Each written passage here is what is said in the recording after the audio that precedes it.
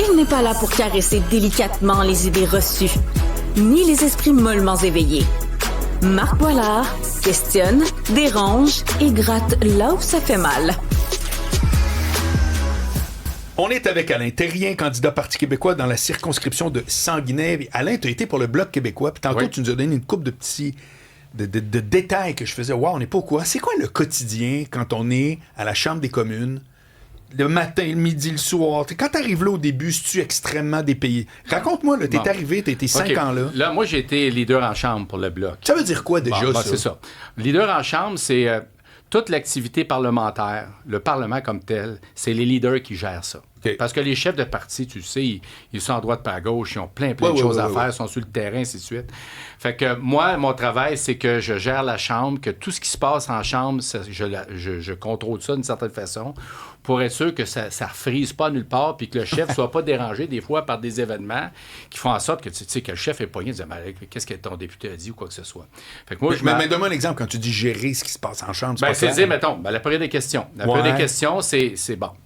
Au Bloc québécois, c'est le bureau du leader qui choisit les sujets, qui choisit qui les pose. Et ça commence à 2 heures, à 1 heure. Ils viennent à mon bureau, ils répètent les questions, on les time parce que tu as 35 secondes. Fait qu'à ce moment-là, on dit OK, bon, ce tourneur de phrase-là, t'es-tu à l'aise? Tu sais, des fois, des mots qu'on n'est pas capable de dire. Bon, puis ils peuvent pas rajouter quoi que ce soit. Là, je leur dis, c'est ça ta question, tu as 35 secondes, tu gères, tu sais, tu vas pas rajouter quoi que ce soit. Ironiquement, on dirait que personne ne lit jamais. Oui, mais ils lisent. Ouais. La plupart lisent. Ouais. C'est rare que quelqu'un va ad lib. Pierre Poilievre allait souvent ad lib. Et lui, quand il était juste député, il allait en chambre ad lib. Et des fois, les leaders étaient fâchés parce qu'il n'allait pas pantoute dans le sens de. Fait que c'est ça. Il mêlait le plan. Mais au Bloc, c'est pas comme ça. Au Bloc. Puis là, moi, je leur disais tout le temps, votre job, là, vous représentez le caucus du Bloc, vous représentez les membres du Bloc, les Québécois qui vous ont élus, puis les Québécois en général. Fait que vous avez une responsabilité, puis il faut être bon, parce que les Québécois nous regardent. Puis je dis pas ça parce que c'était ça le message je suis très bien. C'est pas vrai. On avait une responsabilité. Puis en face aux Québécois. Et puis donc, puis par exemple, si je disais, écoute, tu t'en vas en chambre, tu vas parler 20 minutes, bien, il fallait qu'il y ait un canevas pour être certain de ne pas sortir des lignes du Bloc, puis de faire en sorte que les messages soient clairement présentés. Ceci étant dit, quand tu es leader en chambre, les leaders se rencontraient le mardi pour gérer la chambre. Dire, y a-tu arrivé quelque chose de pas correct, ainsi de suite. Il faut quand même que la chambre fonctionne, qu'on reste poli. Puis donc, des fois, il y a des accrochages. Fait que je rencontrais les autres leaders, je dis, regarde, ça est arrivé telle affaire, je suis pas content. Puis, ou bien dire, ben écoute, on pourrait, tu sais, il y a telle solution, tu sais, on pourrait amener telle solution, comme par rapport à... je ne sais pas si je vais vous parler de ça, mais peu importe. Alors, c'est ça. Fait que, puis, moi, souvent, ils m'appelaient le marieur. Ah bon? Ouais, pas parce que je me prends pour un Tu faisais de fines négociations? Non, mais c'est parce que, bon, tu sais, les conservateurs et les libéraux, tu sais, il y a souvent des tensions. Ben oui. Bon, ça, je pense que je peux dire ça. Bon, c'est ça. Sans réserve. Des fois, ça arrivait que il se chicanait un peu, puis tu vois qu'il y avait des tensions. Puis là, il disait tout le temps, on ne pourra pas s'entendre. Puis là, il disait, on va demander à Terrien. Terrien, c'est le marieur, il va nous arranger ça. Pas vrai? Oui. T'étais vu comme un médiateur. Oui. Puis là, tu dis, Terrien s'en va à Ottawa pour le Bloc québécois, puis il veut que le Parlement fonctionne. Oui. Parce que les Québécois veulent que le Parlement fonctionne. Les Québécois, ils veulent que ça roule pleinement. Fait que moi, ma job, ma responsabilité, quand les Québécois nous ont élus, c'est de dire, tu t'en vas à Ottawa, tu vas perdre ton temps, tu vas pas perdre ton tu vas pas perdre ton temps, il faut que ça aille fou, ça. Si tu clips ça, je suis mort. C'est pas mon intention. S'il y a quelqu'un qui clip ça, je suis décédé. Ça m'intéresse pas. Faites pas ça. Non, tu vas pas perdre ton temps. Fait que c'est pour ça que... Puis là, à chaque fois, ils disaient, mais pourquoi tu es conciliant comme ça? Parce que c'est ça que les Québécois veulent. Oui. Ils veulent que le Parlement fonctionne. Je veux te relancer sur quelque chose par rapport à ça. Pas moi Non, pas du tout. Ça dit quelque chose du Pont-Moretti. C'est quoi son prénom? Oui. C'est l'ancien ministre français. C'est Jacques, qui me semble. Non, c'est pas... En tout cas, du Pont-Moretti, oui, c'est l'ancien ministre français. Oui, Éric. Éric Dupond-Moretti. Oui, c'est l'ancien ministre de la Justice. C'est le garde des Sceaux, l'ancien garde des Sceaux. Voilà. Et... sous Macron. Exactement. Oui, là, il fait des promenades, il se promène. Là. Bon, je vais finir ma phrase. Excusez-moi. J'aime ça, la politique française. Bon, moi aussi. Okay. Avant... il est redevenu un grand pénaliste, c'est-à-dire un avocat qui protège les accusés. Oui.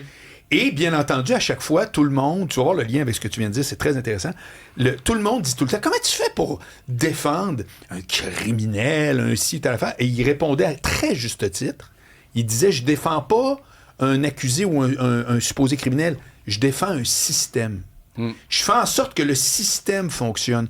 Pour que le système fonctionne, il faut s'assurer que l'accusé va avoir une défense pleine et entière. Tu comprends? Donc, je trouve ça très intéressant quand tu dis, moi, je passais pour le gars des... Je suis sûr que des fois, tu devais irriter le monde du Bloc québécois dans ton attitude. Non, pas vraiment, parce que Yves-François... Bon, quand j'étais à Québec, il m'appelait Sanguin de Sanguinet. Tu sais, je brassais beaucoup. Okay. Non, pas vrai, je brassais, puis j'étais souvent de mauvaise humeur. Puis même Yves-François, qui était à l'époque aux ex, il disait, à l'intérieur, il y a deux possibilités. Soit qu'il est fâché ou il est bien fâché. Pauvre toutou! Ben, là, quand je suis devenu leader, tu sais, Yves-François, c'est un politicien qui est un rassembleur. Puis il me disait tout le temps... Puis là, il voulait que je sois mollo. Il disait, Alain, il ne faut pas que tu te fâches. Puis bon. Fait que j'ai travaillé beaucoup sur mon caractère. Ça a plu à ma femme parce que j'ai été plus mollo partout. Elle trouvait que j'avais plus de bon sens. Bon, ben là, elle n'avait pas vrai. Fait que là, il me disait, tu sais, il faut être l'adulte dans la pièce. Puis ils m'ont comme... J'ai beaucoup, beaucoup appris en devenant leader avec Yves-François, avec son équipe. C'était des gens extraordinaires. Puis ils me disaient souvent, Alain, regarde, tu sais...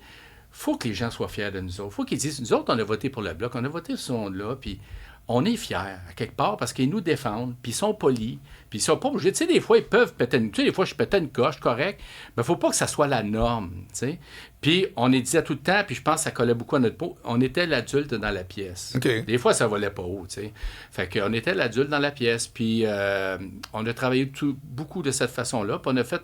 Tu sais, on a fait quand même beaucoup de gains pour le Québec. Puis moi, je suis fier de mon passage. J'ai beaucoup aimé ça. Mais on travaille... Écoutez, à Ottawa, tu travailles en s'il vous plaît. Plus qu'à Québec. Bon. À Ottawa, tu as 22 ou 24 comités. OK? Bon, le comité, tu as... c'est comme le bal de finissant, après ça. C'est génial. Puis tu avais un député du Bloc dans chaque comité. Puis le comité siège 2 fois par semaine, minimum, et il siège tout le temps.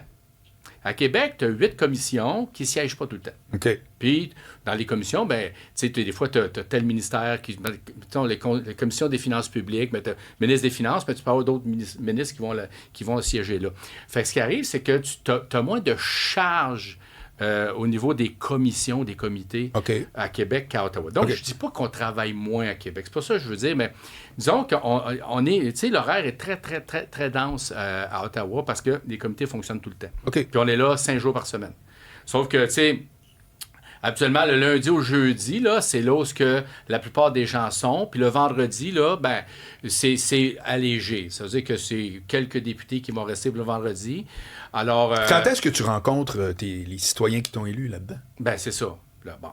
Moi, c'est 26 semaines par année du lundi au jeudi. Fait que là, moi, 26 semaines par année, j'étais correct pour du lundi au jeudi. Mais moi, vendredi, samedi, dimanche, j'étais toujours dans des événements. Je rencontre... Le week-end inclus? Oui. Les spaghettis, les patentes, tout. Là? Ben ouais, moi, j'ai fait tout.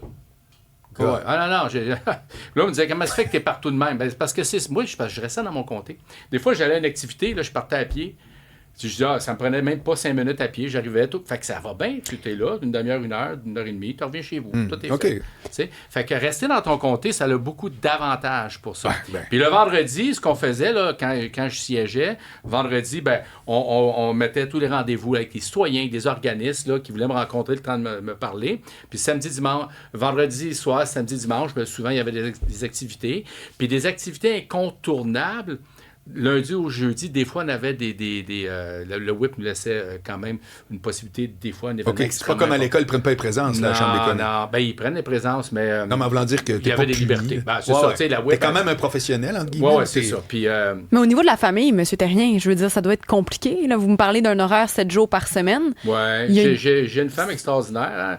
Moi, quand j'ai commencé la politique en 2012... c'est François Rebello qui était dans le comté de la Prairie où j'étais. Vous allez comprendre pourquoi je parle de ça. Puis à un moment donné, il est parti. Il est passé du PQ à la CAQ. Puis moi, à l'époque, je n'avais pas idée de me représenter. Je m'étais présenté les années 90, mais bon, j'avais 4 enfants, puis ma dernière avait 3 mois. Puis, à un moment donné, moi, j'étais vraiment fâché, là, parce que je dis, mon député s'en va à CAQ. Sur le bord Moi, j'ai d'être voté- très fâché. Oui.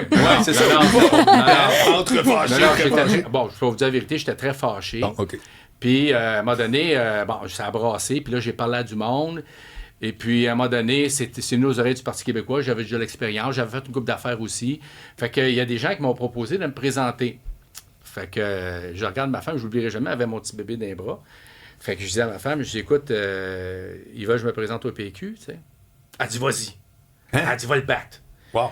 J'ai dit, Émilie, c'est tough, la politique. Tu vas être tout seul tout le temps. Elle dit, pas grave. Elle dit, fais-les pour le pays. Elle avait le petit bébé dans les bras. Mon Dieu. Fait que là, j'ai dit, je sais pas si ça va être fâché, je dis ça, je pense pas.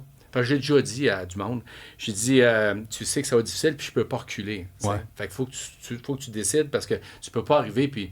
Ouais, finalement, c'est un peu raide. Puis finalement, c'est grâce à elle, c'est parce que...